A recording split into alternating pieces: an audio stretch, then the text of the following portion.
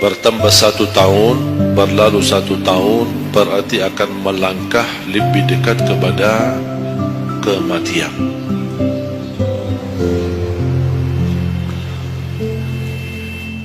Sebenarnya bukan berapa usia kita, tapi apa isi usia kita. Isinya apa? Dan sebagaimana Rasulullah SAW menjelaskan di hadis yang sahih, di hari kiamat dan tidak akan tergeser kaki seorang sambil ditanya oleh Allah 4 pertanyaan. Berarti kita akan menghadapi 7 pertanyaan. 3 di kuburan, menghadap munkar nakir, man rabbuka, ma dinuka, man nabiyuka. Yang tersisa 4 nanti di hari kiamat, sebelum dimulai hisab,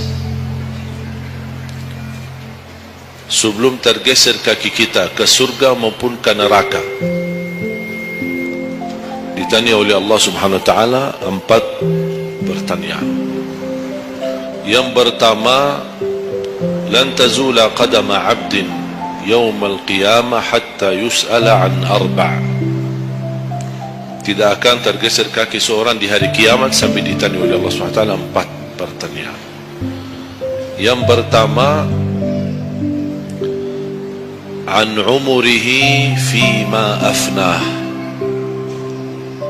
Umurnya apa yang kamu lakukan. Allah tidak akan tanya berapa usiamu, tapi apa yang kamu isi dalam usiamu. 60, 70, 100 tahun, kurang, lebih, Allah tidak berdulikan berapa usia kita. Bahkan banyak para sahabat ketika ditanya usiamu berapa, dia menjawab usia saya 10 tahun. Padahal sudah tua, sudah di atas 50, ada yang di atas 40. Tapi kenapa begitu ditanya soal umurnya dia menjawab 10 tahun? Ternyata mereka menghitungkan usia yang sebenarnya adalah usia yang terisi taat. Masa jahiliyah, sebelum datangnya Islam, mereka menganggap itu semua usianya sia-sia.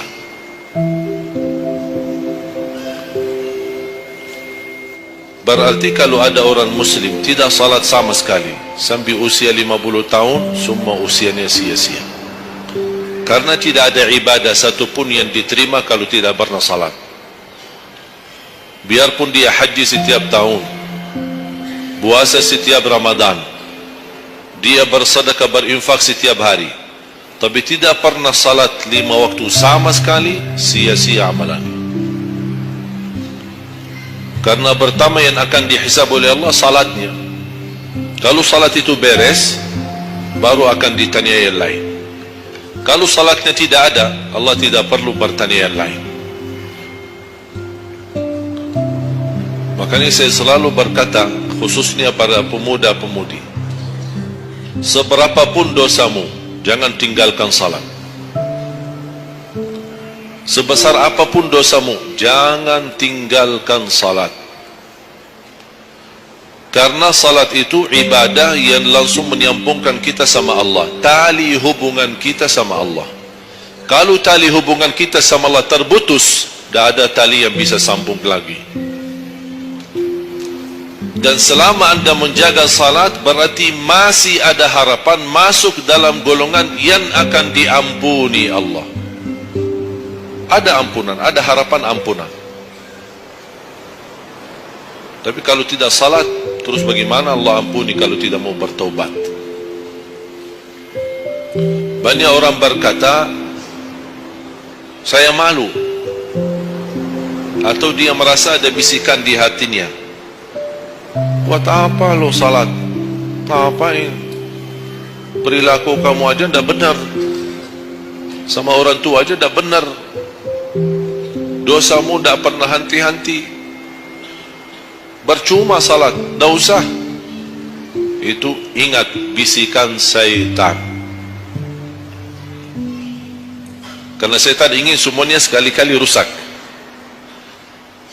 Kalau berbakti baik belum sempurna, masih banyak dosa maksiat, banyak kerusakan yang lain, tapi masih terjaga salatnya, ada harapan diampuni dosanya. Jangan sampai syaitan berhasil menggoda kita sekalian tidak salat. Oh, sudah hancur, sudah rusak yang lain, ditambah lagi parah, tinggalkan salat. Atau ada orang taubat, selama dia tidak salat, lancar, beres, aman, tidak ada apa-apa. Begitu dia taubat, dia merasa sedih, menyesal, dia mulai menjaga salatnya. Hilang motornya, kehilangan kerjaannya, diuji sama Allah SWT dalam rumah tangganya. Setan datang, coba kamu aja dulu biasa-biasanya tidak pernah ada ujian, begitu anda mulai salat ada ujian. Ngapain? Udah berhenti aja salat, nanti kembali beres. Berhenti salat. Pas begitu dia keluar masih kehilangan motor. Ya Allah, gimana? Saya selama ini tidak pernah salat, tidak pernah hilang motor. Begitu saya mulai salat malah hilang motor saya. Datangnya setan di situ. Coba kalau kamu tidak salat, tidak bakal hilang motornya. Akhirnya dia merasa nyesal, dia berhenti. Berarti niatnya bukan taubat, niatnya salat. Ya Allah, mohon aku salat tapi Allah jaga motor aku ya. Itu niatnya. Bukan salat karena Allah, tapi salatnya karena terjaga motornya. Itu beda niat. Berarti ketika kita berlaku ibadah, melakukan sesuatu ibadah, tapi ada ujian yang masuk, jangan anda salahkan ibadahnya, tapi salahkan niatmu. Ada apa dalam niatmu? Pasti ada salah niat.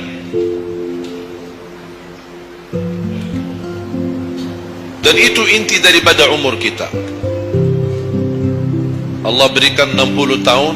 Kemarin saya hitungkan, kalau standar umur umatku kata Rasulullah kan 60 sampai 70. Itu kira-kira kurang lebih. Ada yang lebih tua, lebih panjang usianya, ada yang lebih muda. Tapi standar kata Rasulullah SAW, a'maru ummati baina 60 wa 70. Standar umur umatku antara 60 sampai 70. Ada yang melebihi dari itu, tapi sedikit sekali dibanding yang lebih muda. Saya kemarin hitungkan 60. Apa yang kita lakukan di dalam usia 60 tahun. Dari lahir sampai balik. Sampai tahun berapa? 15? Kita sepakat 15? 15 tahun. Berarti sebelum balik belum taklif. Sebelum balik belum taklif. Haji boleh tapi tidak wajib, karena syarat haji harus balik. Salatnya halus balik, walaupun diperintahkan, dibiasakan untuk melaksanakan salat. Tapi anggaplah bedun taklif, belum ada taklif, belum ada kewajiban, berarti 15 tahun itu sia-sia. Dipotonglah dari 60, berapa sisa? 45. Tidur sehari berapa jam? Hah? 8? Boleh kita sepakati angka 8? Ya, kita bicara standar. Katanya menurut kesehatan, tidur yang normal dan pas dan cukup adalah 8 jam. Anggaplah 8 jam tidur. Ada yang tidur 12 jam. Ada yang tidur bangun, salat tidur bangun, salat tidur bangun. Kalau hari libur, dia tidur, tidak capek tidurnya. Begitu bangun, ya Allah, begal badan saya, tidur lagi. Saya hitungkan 8 jam. 8 jam dalam sehari berapa kalau dibagi? Dalam sehari. Sehari berapa jam?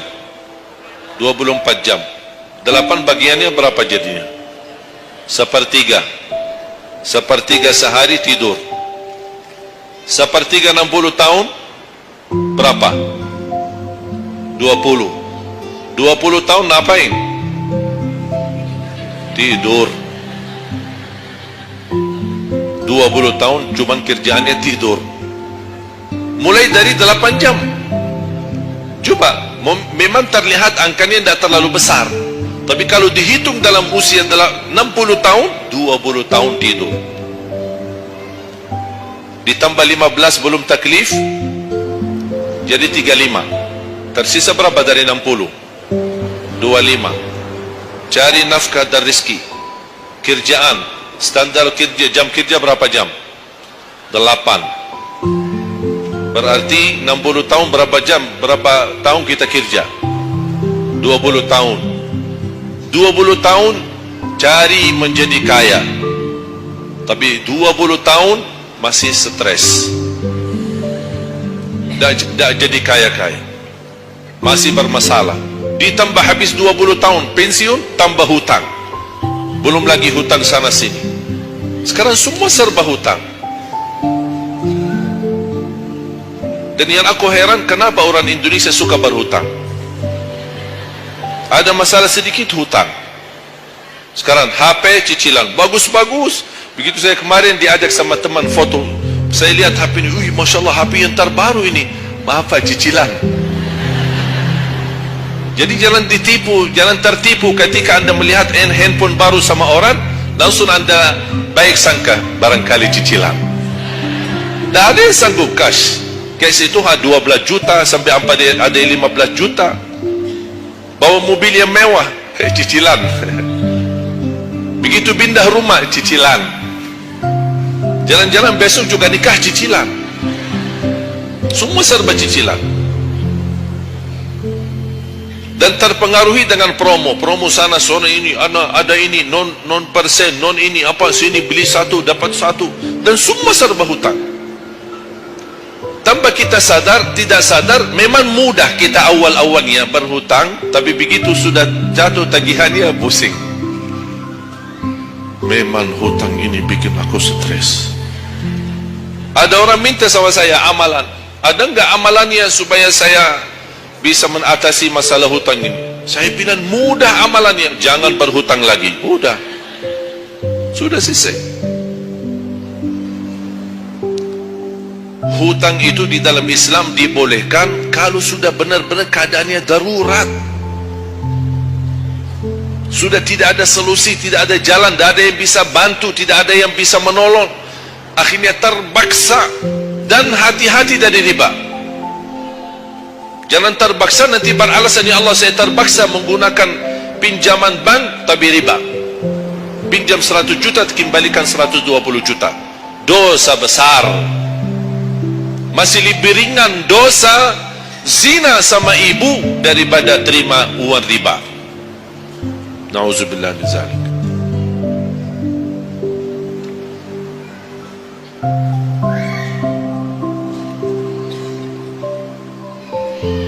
tahun cari kerja. Tadi berapa yang tersisa? 25 kan? Berarti yang tersisa berapa? Saya belum bicara ibadah Bapak Ibu. 20 tahun tidur, 20 tahun cari dunia, 15 tahun masih belum taklif, tersisa 5 tahun. Saya hitung dalam 60 tahun bagi orang yang rutin menjaga salat 5 waktu. Tahu enggak hasil hitungan saya dapat berapa? Anda jaga salat selama 60 tahun itu menghasilkan ibadah cuma 2 tahun 7 bulan. Total salatmu dalam 60 tahun 2 tahun 7 bulan. Karena salat 5 waktu berapa? Tidak sampai 1 jam. Tidak sampai 1 jam. Saya bicara yang wajib. Ada, bagaimana saya hitung kalau ada orang yang tidak salat sama sekali? Na'udzubillah, sudah habis sia-sia umurnya kalau tidak salat sama sekali. Saya belum hitung tarawih 23 rakaat 7 menit. Nah, itu beda urusan itu. Ada tarawih 23 rakaat 7 menit? Tidak ada tarawih. Jangan apa suuzan, itu namanya olahraga. Olahraga paling cepat selesai dapat juara 1. Jadi kita harus baik sangka, jangan suuzan, karena itu bukan salat. Yang aku heran itu setiap tahun itu tradisi ini terulang setiap Ramadan, menjadi sebuah kebiasaan yang seharusnya menjadi kebiasaan agama atau kebiasaan beribadi. Dan kenapa itu hal menjadi betul-betul sesuatu yang kebiasaan, menjadi tradisi? Kenapa? Aku heran ini. Ada yang bisa jawab? Kenapa ketika masuk Ramadan tetap menjalankan 23 rakaat tapi dengan cara cepat? Aku heran belum menemukan jawabannya. Ada apa dengan 23 rakaat harus selesai cepat? Dan ini khusus di bulan Ramadan. Aku sangat kagumi ketika mendengar seorang imam begitu maju imam tarawih rakaat pertama, Allahu Akbar, Masya Allah, kepanjangan takbirnya. Saya sudah alhamdulillah, pasti nikmat, enak. Bismillahirrahmanirrahim, alhamdulillahirabbil alamin, arrahmanirrahim, astaghfirullahalazim. Saya kaget, barusan sudah enak, ngapain cepat-cepat? Makanya saya ingat di masa ketika saya di salah satu kampung, ada seorang bapa di samping saya. Saya datang ke masjid, sudah mereka mulai tarawih. Yang aku kasihan bapa di sebelah saya, barangkali usia 80, 90. Gerakannya tidak sama seperti kita. Kan kita masih muda, masih bisa mengejar imam. Habis bacaannya imam, saya tidak bisa mendengar kecuali ujung ayat. Waladhdallin. Oh, ini Al-Fatihah. Bismillahirrahmanirrahim. An-Na'im, An-Na'im, An-Na'im. Apa? Alhaakumut takatsur. Allahu Akbar, Sami'allahu liman hamidah, Allahu Akbar, Allahu Akbar, Allahu Akbar. Saya masih ikut. Yang saya kasihan bapa yang di samping saya ini. Begitu imam rukuk, bapa kan pelan-pelan, kan begal badannya, sudah tua, fisiknya tak kuat, turun pelan-pelan. Imam sudah sampai Allah Alhamdulillah, bapa berdiri lagi, dah jadi rukuk bapa. Pas begitu sujud, kita semua turun sujud. Bapa saya lihat pelan-pelan sambil batu-batu turun. Begitu dia sudah mau nyampe, imam sudah rakaat kedua, bapa malah berdiri lagi, dah jadi sujud. Astaghfirullahaladzim, kasihan bapa, dah jadi rukuk, dah jadi sujud. Pas di rakaat yang kedua, saya megang tangannya, Pak, kita pulang aja deh, mendingan salat tarawih di rumah sendiri. Itu bukan salat tarawih. Ramadan cuma berapa kita menemukan Ramadan? Orang yang sudah wafat, kalau kita boleh berbicara dan dengar bisikan apa yang mereka bisa jawab, wallahi semua orang yang sudah mati berkeinginan kembali ke dunia untuk menikmati bulan Ramadan. Mereka ingin menikmati bulan Ramadan, menikmati tarawih, menikmati suasana buka puasa bersama, bagi-bagi sahur dan aktivitas yang lain. Ini kesempatan, kita masih diberi oleh Allah umur, sehat walafiat, maksimalkan. Tidak semestinya 23, mau 11 boleh, mau 23 boleh, mau seberapa pun tarawihnya, mau salat tahajud di rumahnya boleh. Ulama sudah menjelaskan jumlah salat malam atau tarawih yang paling sedikit 2 rakaat, yang paling banyak tidak ada batasnya. Jadi kalau kita 2 rakaat, 4 rakaat tutup witir, sah. 8 rakaat tutup witir, sah. 10 rakaat tutup witir, sah, tidak ada masalah. Tidak harus 11 atau 23. Intinya bukan jumlahnya, tetapi cara melaksanakannya. Apalagi kalau bacaan imam bagus, fasih, jelas hurufnya. Saya yakin bagi jamaah yang awam, yang datang setiap Ramadan, setiap malam ikut salat tarawih, dia belum bisa baca Quran, tapi dia mendengar baca imam selama 30 malam, dia pasti bakal belajar Al-Quran karena bacaan imam bagus.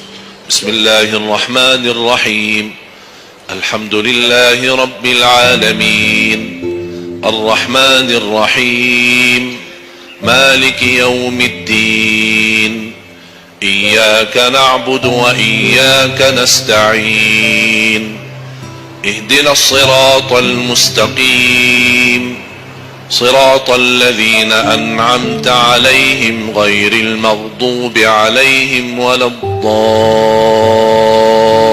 الضالين آمين.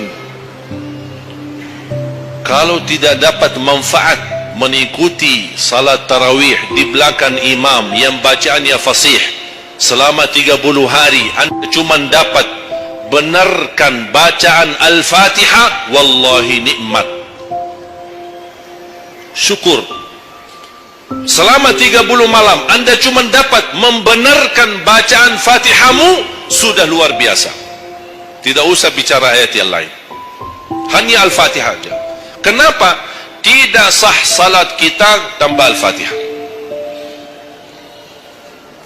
Kata Imam Nawawi, di dalam suratul Fatihah ada 14 tasdid. Ada 14 tasdid, hurufnya yang ditekan. Ada 14. Tertinggal satu, batal salatnya. Dan Imam Nawawi berikut mazhab Syafi'i. Makanya jamaah sekalian, wajib hukumnya belajar Al-Fatihah, bukan sunnah. Wajib hukumnya belajar surat Al-Fatihah. Perbaiki, benarkan bacaanmu, karena tergantung Fatihahnya itu salatnya sah atau tidak. Itu tergantung Al-Fatihah. Makanya saya harap mulai dari hari ini anda semua bersungguh-sungguh belajar suratul Fatihah. Jangan anda targetnya mau hafal 30 juz. 30 juz anda hafal tapi tidak benar suratul Fatihah, sia-sia, tidak ada manfaat. Karena anda baca suratul Fatihah, tidak baca ayat yang lain sama sekali, masih tetap sah salatnya. Karena suratul Fatihah tidak bisa diganti. Kalau anda lupa baca selain suratul Fatihah, ada istilah lupa salah satu kewajiban, bisa diganti dengan sujud sahwi. Misal rakaat pertama baca Al-Fatihah, itu rukun. Lanjut dengan baca ayat pendek, anda tidak sadar, habis waladdallin amin, Allahu Akbar, lupa baca ayat, itu diganti dengan sujud sahwi. Itu kalau di salat wajib. Tapi kalau di salat sunnah, tidak ada wajib atau rukun selain suratul Fatihah. Jadi anda kalau salat sunnah cuma suratul Fatihah, kemudian takbir, rakaat yang kedua suratul Fatihah, dan kemudian langsung ruku', sah salatnya, tidak apa-apa. Tidak harus baca surah-surah yang lain. Itu di salat sunnah. Tapi kalau di salat wajib, hukumnya baca Al-Fatihah rukun, hukum baca surah yang lain wajib. Kalau terlupa, diganti dengan sujud sahwi. Sujud sahwi 2 kali sebelum salam. Habis tahiyat, sujud 2 kali, kemudian langsung habis itu salam. Dan habis sujud sahwi tidak bagi tahiyat lagi, sudah cukup tahiyat yang anda baca. Makanya kembali lagi jamaah sekalian, umur bukan berapa usianya, tapi apa isinya. Maka Rasulullah SAW bersabda, ni'mal abdus salih man tala umur wa hasun amalu. Sebaik-baik hamba yang salih, yang panjang usianya, tapi baik amalannya. Baik amalannya. Bulan Syaban ini sekarang tersisa kurang lebih 14 atau 16 hari. Rasulullah SAW punya kebiasaan puasa Syaban full.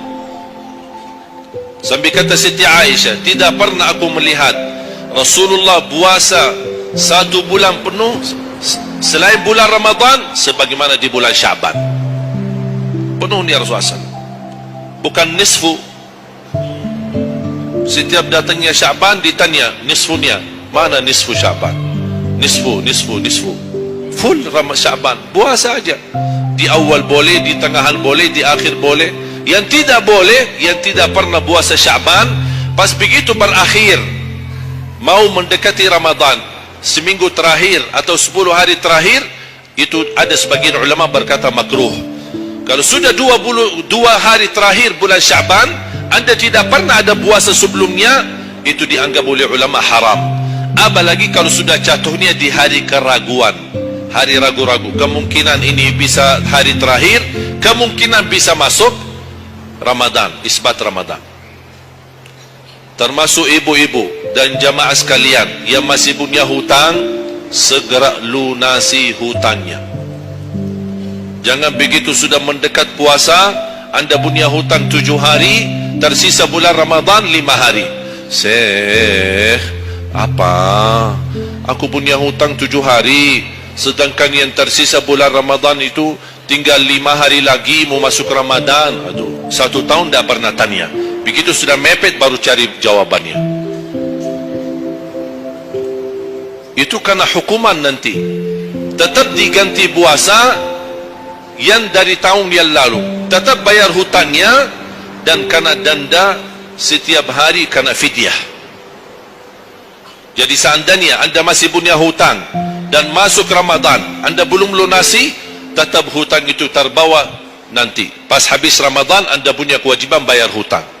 Tapi karena anda tunda, mundurkan sampai masuk Ramadan, anda punya kena denda. Ditambah lagi, bukan hanya bayar dengan puasa ganti puasa, tapi ada lagi namanya fidyah. 1 hari 1 orang miskin diberikan kecukupan makanan. Makanya kembali lagi, yang punya hutang segera lunasi hutangnya. Masih ada kurang lebih 15 atau 16 hari. Jangan sia-siakan umurmu. Yang kedua, pertanyaan Allah Subhanahu wa taala, wa an syababihi fima ablah. Usia mudahmu, apa yang kamu berjuangkan, apa yang kamu lakukan. Pertanyaan saya kepada jamaah, usia muda apakah bukan usia dari umur? Bukan sesuatu dari umur? Usia muda bukan sebagian dari umur? Dari total umur? Bukan dari total umur. Tapi kenapa Allah bertanya soal umur secara total dan ditanya lagi soal usia mudahmu? Kenapa? Padahal kan sudah cukup Allah tanya tentang umurmu, ditanya lagi tentang usia mudamu. Kenapa 2 kali ditanya? Allah tidak mencukupi dengan pertanyaan umur, total umur kita, tapi Allah menambahkan lagi. Itu menjadi beban bagi seorang pemuda. Allah bukan akan tanya total usia umurmu, tapi akan Allah tambah lagi pertanyaannya, apa yang kamu lakukan di usia mudahmu? Usia muda itu sangat, menurut saya sangat sensitif. Anak muda yang taat, istiqomah di sisi Allah lebih baik daripada yang tua yang taat. Sekali lagi, dan yang tua-tua jangan tersinggung ya. Yang muda yang taat, istiqamah di sisi Allah lebih mulia daripada yang tua yang taat. Sama-sama taat, tapi kenapa yang muda lebih mulia? Karena godaannya lebih besar. Kalau yang tua, apa yang mau digoda? Habis sudah. Tak ada fisik, tak ada tenaga, tak ada apa. Kalau yang muda banyak godaannya, pandangan matanya, telinganya, hawa nafsunya, sahwatnya, fitnah sana sini. Mudah digoda, anak muda. Makanya Allah berikan kemuliaan. Bahkan salah satu hadis yang sahih, di hari kiamat semua di bawah matahari, cuma 7 golongan yang di bawah naungan Allah. Di antaranya wasyabun nasya'a fi ta'atillah, seorang pemuda yang menjaga diri dalam bertaat kepada Allah. Dia dapat keistimewaan di hari kiamat bersama pemimpin yang adil, bersama seorang laki-laki yang tergantung dengan masjid berapapun usianya. Ditambah lagi seorang pemuda yang bisa menjaga diri dalam bertaat kepada Allah Subhanahu wa taala. Dan kalau kita baca sejarah ulama, semua para berjuang untuk agama semuanya muda, tak ada yang tua. Bilal ibn Rabah seorang pemuda, Abdullah ibn Mas'ud penghafal Al-Quran seorang pemuda, Abdullah ibn Umar seorang pemuda, dan banyak yang lain. Muhammadul Fatih yang membebaskan Konstantinia dan memperjuangkan Islam menjadi panglima, masih di bawah usia 21 tahun.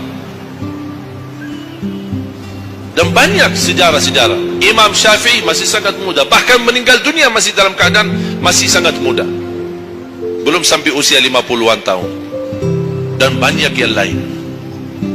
Makanya pengaruh dah bahkan taruhan besar bagi umat Islam itu tergantung pemuda.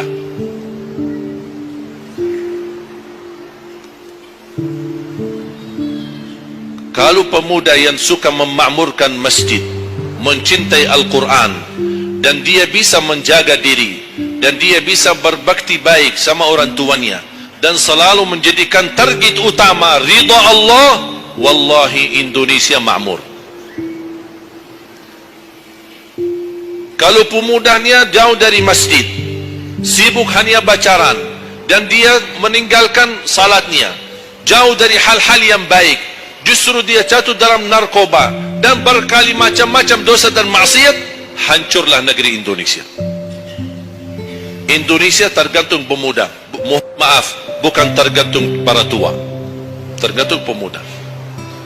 Makanya saya bahagia sekali ketika kemarin tanggal 17 April, saya bahagia sekali ketika melihat semua pemuda-pemuda ikut nyoblos di TPS. Walaupun kita belum lihat hasilnya, tapi sabar. Sabar. Ini ujian. Jangan ada orang terlalu muda diadu domba. Sabar.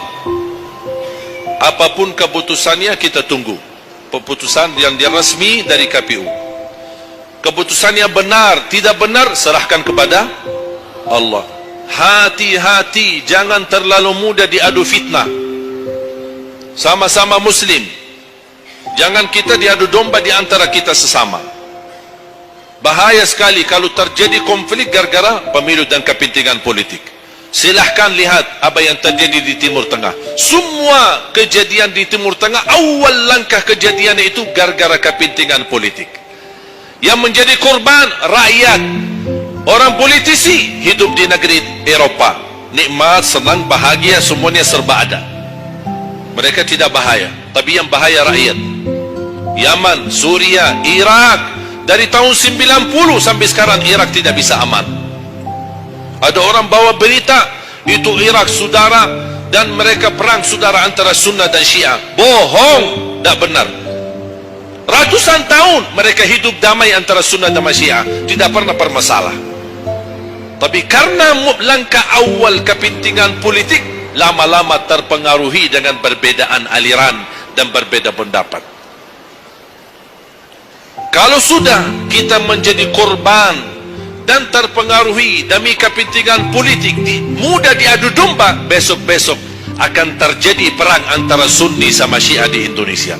Besok lagi akan terjadi antara aliran-aliran yang lain sama golongan-golongan yang lain. Bisa terjadi perpecahan belah. Itu yang diinginkan oleh musuh Islam. Jangan diberikan kesempatan. Terjadi ujian, memang kita menghadapi ujian. Bukan hanya umat Islam di Indonesia. Di Palestina sudah 60, bahkan sudah sampai 70 tahun mereka menghadapi ujian. Tapi kekuatan sabar luar biasa. Tak pernah putus asa. Biarpun mereka tidak bersenjata, tidak punya apa-apa melawan musuhnya Israel, tapi mereka tetap tidak pernah putus asa, tidak pernah pasrah. Mereka tetap berjuang mencintai Masjidul Aqsa. Saya merasakan perjuangan pemuda ketika saya ke sana, ke Masjidul Aqsa.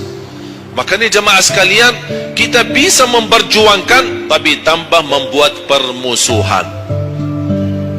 Kita masih bisa bertahan, dan insya Allah ada jalan keluar dari segala kesusahan. Dan Allah tidak mungkin membiarkan kezaliman terjadi. Kalau kita merasa terzalimi, tak apa-apa, tunggu. Dan kita harus belajar saling menghormati. Yang memilih 01 itu hakmu, tapi anda tidak berhak mencaci maki 02. Yang memilih 02 itu hakmu, tapi anda tidak berhak mencaci maki 01. Sama-sama Muslim, sama-sama orang Indonesia. Malu kita, kadang-kadang aku sedih melihatku ini terjadi permusuhan. Ulama di sini mencaci maki ulama yang di sana, ulama yang di sana membalas lagi, dan apa tu? Ya Allah, malu kalau di antara ulama saja terjadi persoalan, permasalahan. Gimana orang awam? Makanya selalu saya dalam doaku, ya Allah, satukan dan rapatkan hati para ulama kami, satukan saf ulama kami. Ada perbedaan, itu wajar, tapi yang tidak wajar ada permusuhan. Apa yang saya sampaikan sekarang, saya yakin tidak mungkin 100% anda semua terima. Ya harus belajar. Tidak boleh saya maksa anda semua ikut pendapatku. Aku hanya menyampaikan, anda bisa dengar, anda bisa ikuti, anda bisa tolak. Itu hakmu menerima atau menolak. Tak ada orang berhak untuk memaksakan kita. Oleh karena itu sekali lagi, mohon jaga dan rapatkan saf kita. Sekarang banyak muncul di media. Ini semua tujuannya berkeinginan menadu domba di antara kita. Sekarang akhirnya yang gagal, yang rusak siapa? Negeri kita. Yang kurban, rakyat kita. Orang politisi tak apa-apa, mereka kan berduit, duitnya banyak, fasilitasnya banyak, bisa dia hidup keluar negeri dimanapun, dia baca keluarga, sudah, biar rakyat jadi korban. Jangan kita mau dijadikan kambing hitam. Siap? Bisa jaga? 714 suku dan budaya berbeda-beda, tapi alhamdulillah masih bisa bersatu di bawah bendera merah putih. Dan ini karunia dari Allah Subhanahu wa taala, wajib kita syukuri dan wajib kita jaga. Dan kita berdoa. Sekarang anda sudah ikut memilih kan? Sudah memilih? Sudah, itu ikhtiar. Anda sudah selesaikan tugasmu. Sekarang apa yang harus kita lakukan? Doa, memohon pertolongan dari Allah, biar Allah yang memilih mana yang terbaik. Ya Allah, kami sudah berusaha, kami sudah berikhtiar, pimpinlah kami, anugerahkanlah kepada kami pemimpin yang takwa, yang adil, yang amanah, yang mencintai agamamu, yang mencintai ulama, yang bisa melayani rakyat dengan ikhlas. Itu doa kita. Kalau boleh setiap tahajud, setiap sujud, habis duha, habis salat wajib, terus doa seperti itu. Saya punya kebiasaan ketika mengajak jamaah umrah, saya haruskan kepada semua jamaah ketika kami tawaf maupun sa'i, wajib paling tidak 1 kali tawaf, 1 kali sa'i, khusus doakan Indonesia. Karena Indonesia apalagi saat ini sangat membutuhkan doa kita. Sebagaimana kita berduli kepada saudara kita Palestina dan kita bantu, kita mendoakan. Kalau Indonesia tidak perlu bantuan dana, tapi butuh doa kita. Makanya jangan pelit untuk mendoakan negeri kita Indonesia. Faham? Yang ketiga,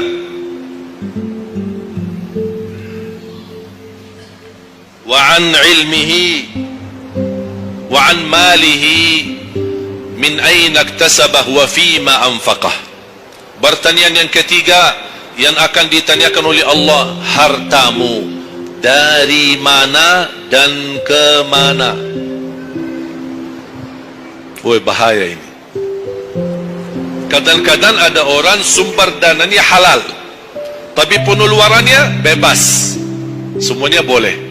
Itu pertanggungjawabannya. Akan ditanya oleh Allah, dari mana dan ke mana. Allah sudah kasih kan? Itu dari mana datang? Anda harus memberi jawaban yang benar. Dan kemana anda infakkan? Dan ingat, halaluha hisab wa haramuha azab. Harta yang halal bakal dihisab. Sekarang banyak orang salah faham. Orang fikir kalau ada harta yang haram akan dihisab oleh Allah. Tidak. Yang dihisab bukan yang haram, tapi yang halal. Dari mana dan ke mana. Terus yang haram gimana? Ngapain? Diazab. Anda sudah tahu itu haram, tapi anda lakukan, Allah tidak perlu tanya lagi kenapa anda lakukan. Allah pergi langsung diazab. Na'udzubillah min zalik. Hati-hati. Oleh karena itu bahagia kata Rasulullah SAW, seorang yang mulia, yang Allah berikan kekayaan, diberikan kemampuan, tapi dia bisa menggunakan dengan sebaik-baiknya. Ni'mal malus salih indal abdis salih. Sebaik-baik harta yang halal di tangan hamba yang salih. Itu termasuk harta yang terbaik. Kenapa yang terbaik di tangan orang yang salih? Karena orang salih tidak mungkin salah guna. Dia sudah jaga sumber, dia juga pengeluarannya jelas.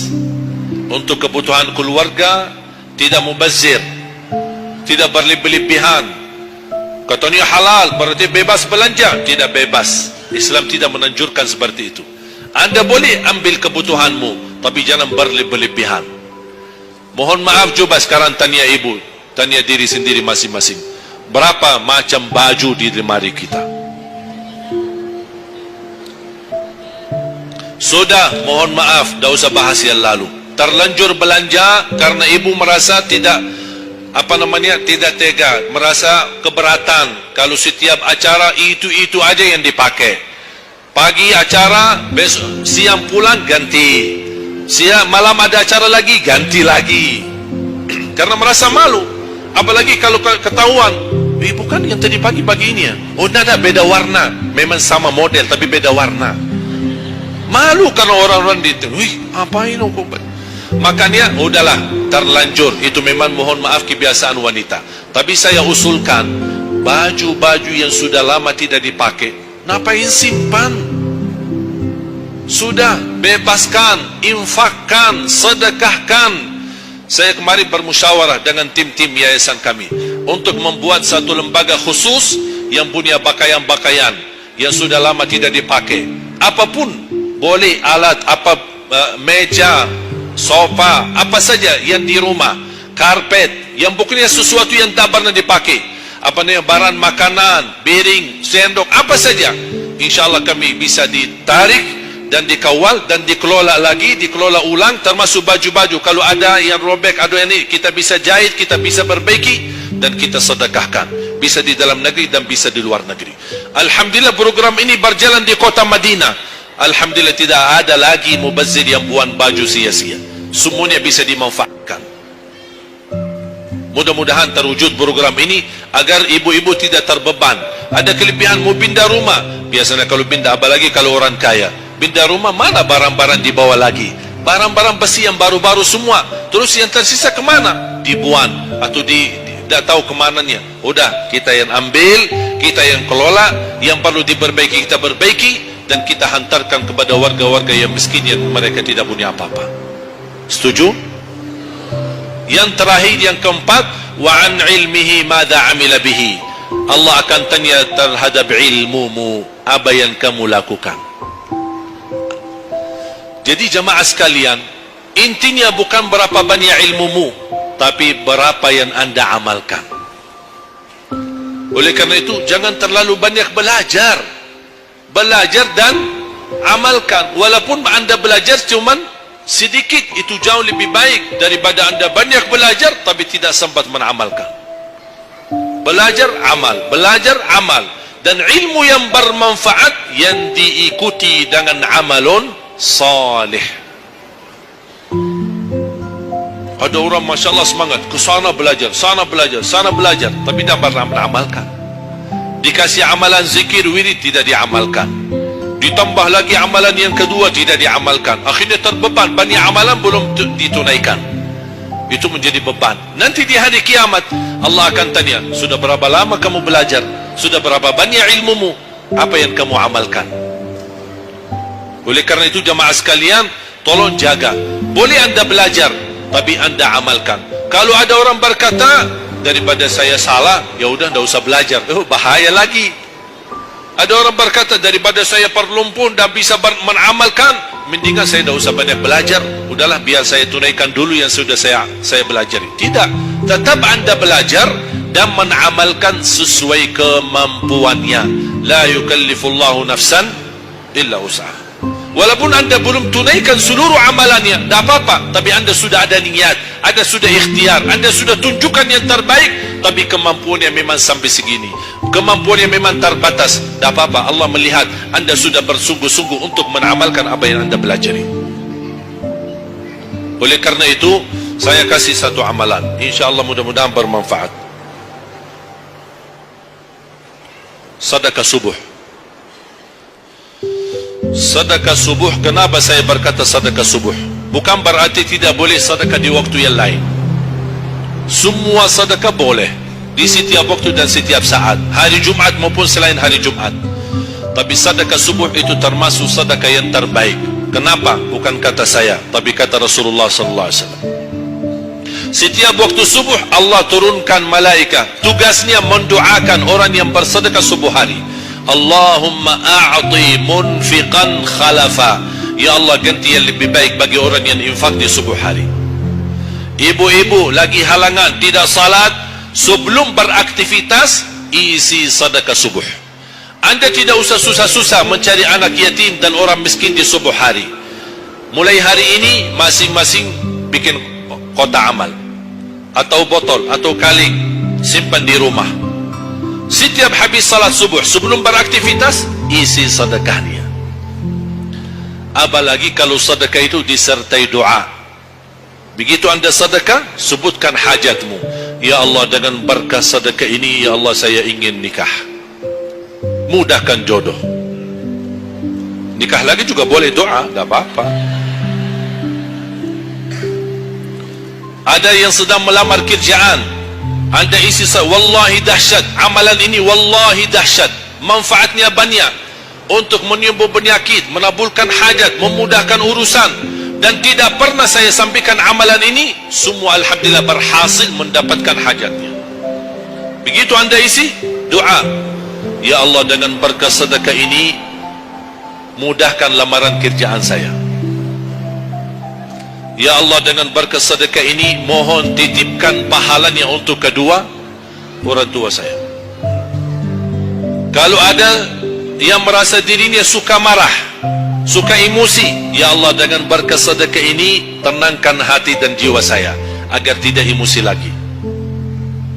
Ya Allah, dengan berkah sedekah ini karuniai kepada aku anak penghafal Al-Quran. Bu, jemaah sekalian, saya berkeluarga 12 bersaudara, timnas. Dan kami sudah memang sudah disusun satu lusin. 12 ini mempersiapkan kalau timnas kita belum mampu membawa juara, insyaAllah kami sekeluarga siap mengganti timnas.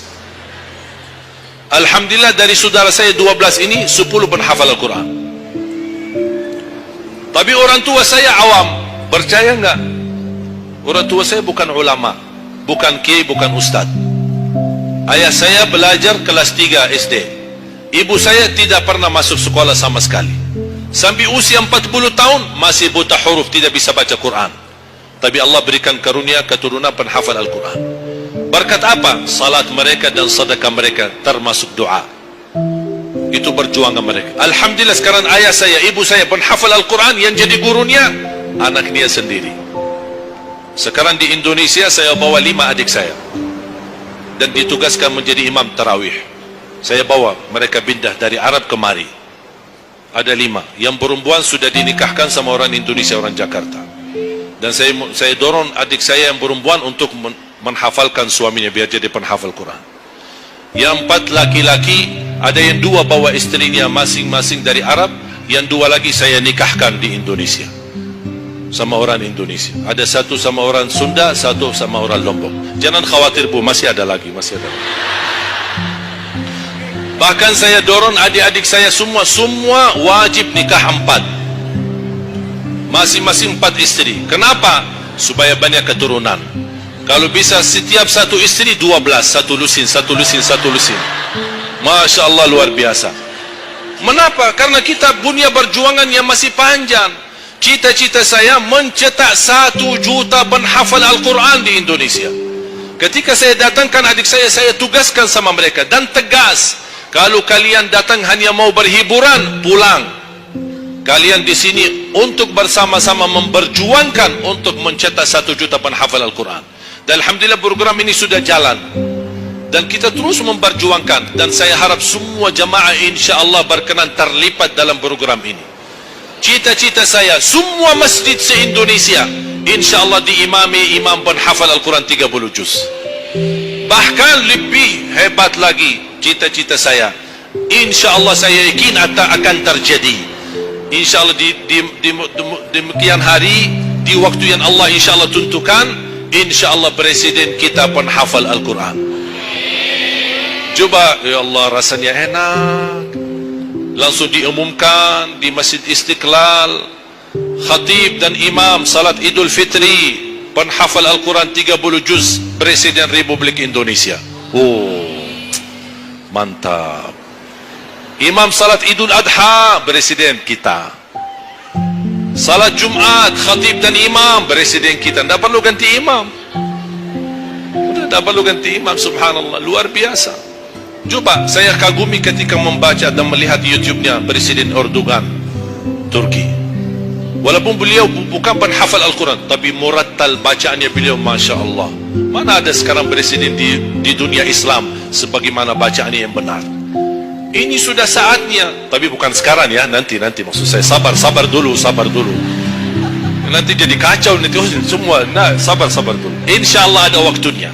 InsyaAllah. Mulai dari sekarang kita ayo bersama-sama mempersiapkan untuk kalau anda gagal menjadi penghafal Al-Quran, jangan gagal anakmu, cucumu, generasi yang ini semua.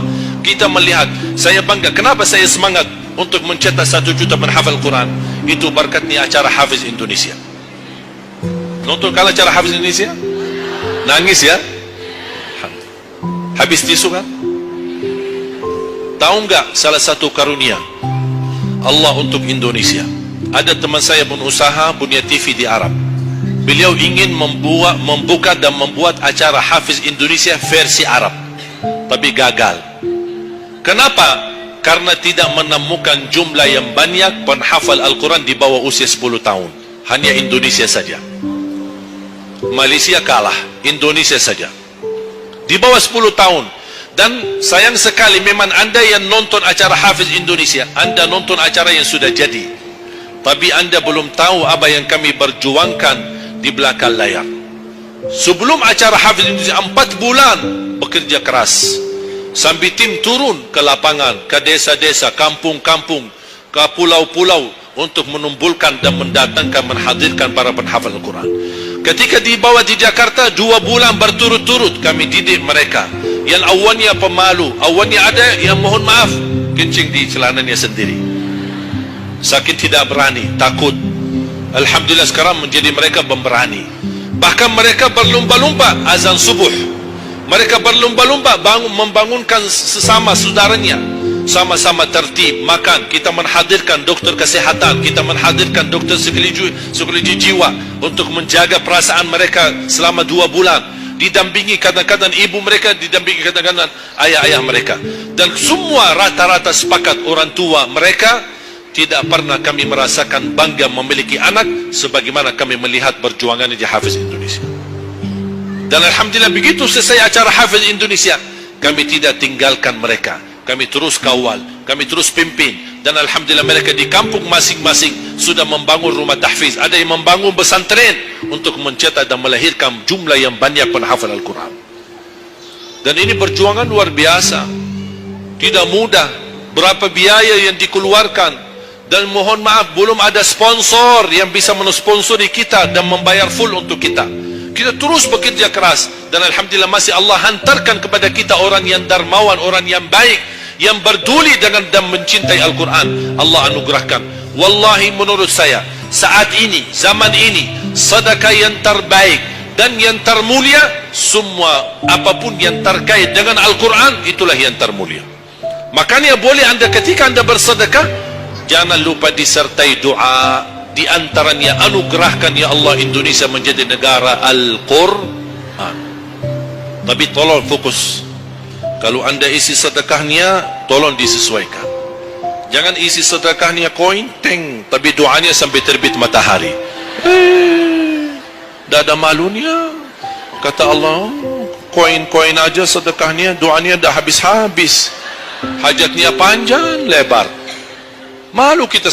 Bukan Allah tidak bisa, Allah maha bisa menabulkan hajat, tapi kita malu sama Allah. Kok cuma bikin ya Allah, ya Allah, ya Allah, panjang. Fokus. Kalau usulan saya, 1 sedekah 1 hajat, 1 sedekah 1 hajat, dan insyaAllah akan anda melihat manfaatnya. Mudah-mudahan semua yang hadir insya-Allah menjadi keluarga besar 1 juta penghafal Al-Quran. 1 juta mencetak penghafal Al-Quran. 1 juta keluarga Al-Quran yang insya-Allah akan membangun generasi baru yang membawa Indonesia menjadi baldatun thayyibatun wa rabbun ghafur, dan di masa yang akan datang insya-Allah Indonesia menjadi lebih baik. Amin ya rabbal alamin. Barakallahu fikum. Terima kasih, semoga bermanfaat. Kurang lebihnya mohon maaf. Mungkin ada panitia ingin menyampaikan selanjutnya.